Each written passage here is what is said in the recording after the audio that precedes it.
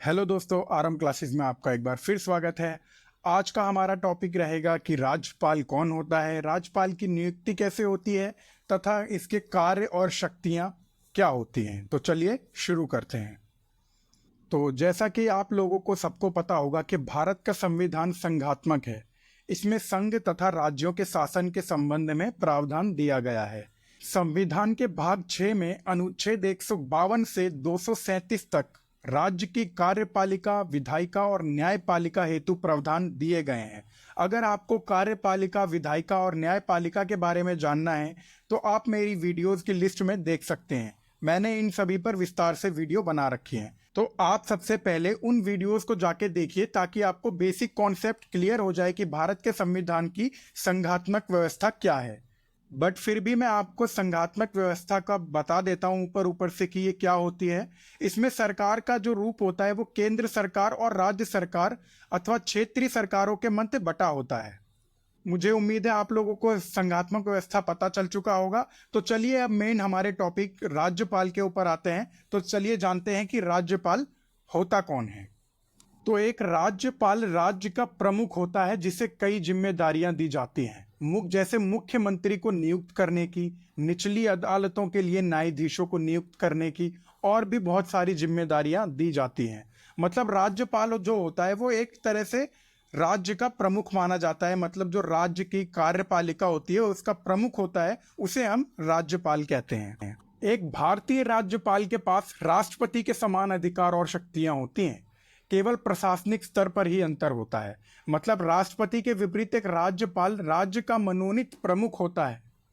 मतलब राज्य का वो बहुत ही एक ऊंचा पद माना जाता है राज्यपाल को, जो कि राष्ट्रपति के द्वारा चुना जाता है। बट असल में जो वास्तविक निर्णय और कानूनी शक्तियां होती है वो मुख्यमंत्री के पास रहती हैं। जैसा कि केंद्र सरकार में प्रधानमंत्री के पास रहती है और राष्ट्रपति केवल भारतीय सरकार में तो नाम का ही है। उसी तरह राज्यपाल के पास शक्तियां तो काफ़ी हैं, लेकिन जो मेन जो शक्तियां होती हैं वो मुख्यमंत्री के पास ही रहती हैं।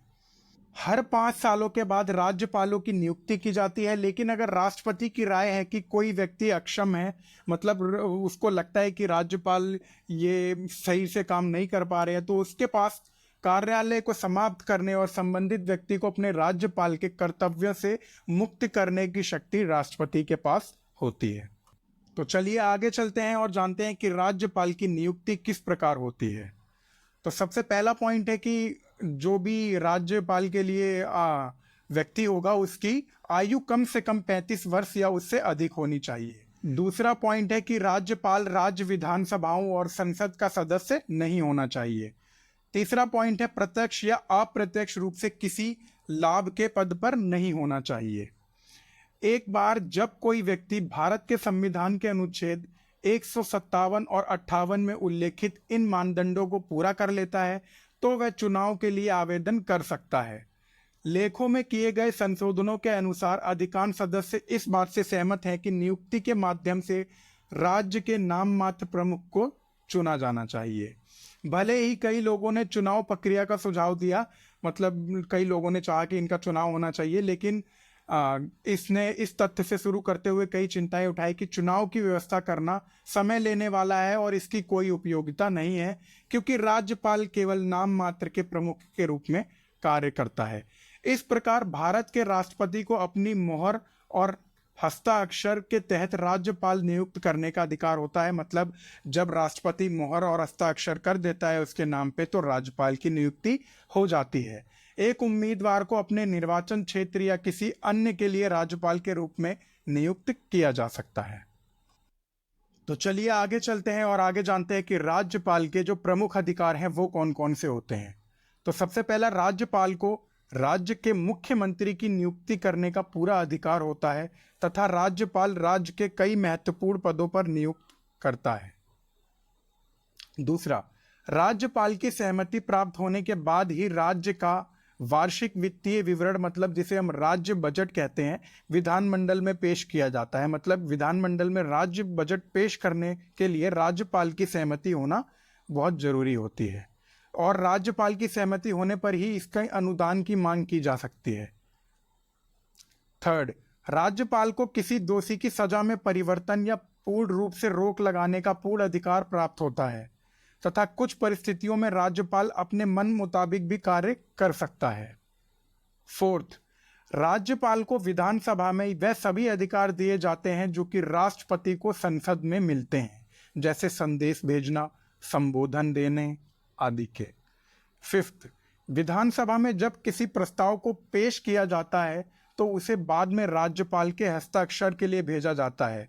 राज्यपाल के हस्ताक्षर होने पर ही विधेयक राज्य का कानून बन सकता है, जैसे कि राष्ट्रपति के हस्ताक्षर पर वो जब केंद्र सरकार राष्ट्रपति के हस्ताक्षर करवाती है तब विधेयक बनता है। ठीक उसी तरह ही राज्य में राज्य कानून बनाने के लिए राज्यपाल के हस्ताक्षर करवाने जरूरी होते हैं। सिक्स्थ, राज्यपाल को धन विधेयक के साथ साथ अन्य बिलों को पुनर्विचार के लिए वापस भेजने का अधिकार भी होता है। सेवेंथ, राज्य में किसी दल को बहुमत प्राप्त नहीं होने पर राज्यपाल विशेषाधिकार से मुख्यमंत्री का चुनाव भी कर सकता है। मतलब अगर किसी पार्टी को बहुमत नहीं मिलता तो राज्यपाल अपने विशेषाधिकार के थ्रू भी मुख्यमंत्री का चुनाव कर सकता है, जो कि अपने आप में महत्वपूर्ण एक मतलब उसकी शक्ति मानी जाती है। आगे चलते हैं और आगे मैं आपको राज्यपाल का वेतन बताता हूँ। राज्यपाल को प्रति महीने 3.5 लाख रुपए का वेतन मिलता है। एक से अधिक राज्य के लिए राज्यपाल का वेतन राष्ट्रपति की सलाह के बाद निर्धारित होता है। तो चलिए अब मैं आपको इसका निष्कर्ष बता देता हूँ। भले ही राज्य की प्राथमिक शक्तियां मुख्यमंत्री के हाथों में होती हैं, लेकिन राज्यपाल भी एक महत्वपूर्ण अपनी भूमिका निभाता है क्योंकि वह राज्य का प्रमुख माना जाता है। राज्यपाल केवल राष्ट्रपति द्वारा चुने जाते हैं, ना कि लोकसभा या विधानसभा के सदस्यों द्वारा। कभी कभी किसी व्यक्ति को किसी अन्य निर्वाचन क्षेत्र का राज्यपाल भी नियुक्त किया जा सकता है जिससे वह संबंधित नहीं होता। यह विसंगतियों का कारण बन सकता है क्योंकि एक व्यक्ति जो दूसरे राज्य की संस्कृति से अज्ञात है वह स्थानीय लोगों के साथ बातचीत करने में सक्षम नहीं हो पाता।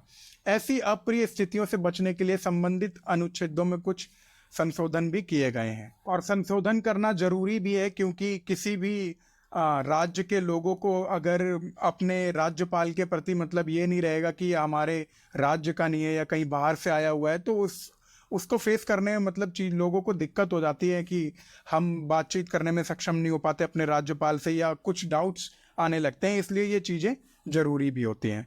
तो आज का ये टॉपिक यहीं पे ख़त्म करते हैं। मुझे उम्मीद है आप लोगों को राज्यपाल के बारे में या उसकी शक्तियां या उसका निर्वाचन कैसे होता है इन सब में अब कोई भी डाउट नहीं रहा होगा। अगर फिर भी कोई डाउट बचता है तो आप कमेंट बॉक्स में पूछ सकते हैं। मैं कोशिश करूंगा आपके सारे सवालों के जवाब देने की। मिलता हूं आपसे जल्द ही एक नई वीडियो के साथ। जब तक अगर आपको ये वीडियो अच्छी लगी हो तो इसको लाइक करें, अपने दोस्तों के साथ शेयर करें और हमारे चैनल को सब्सक्राइब करना ना भूलें।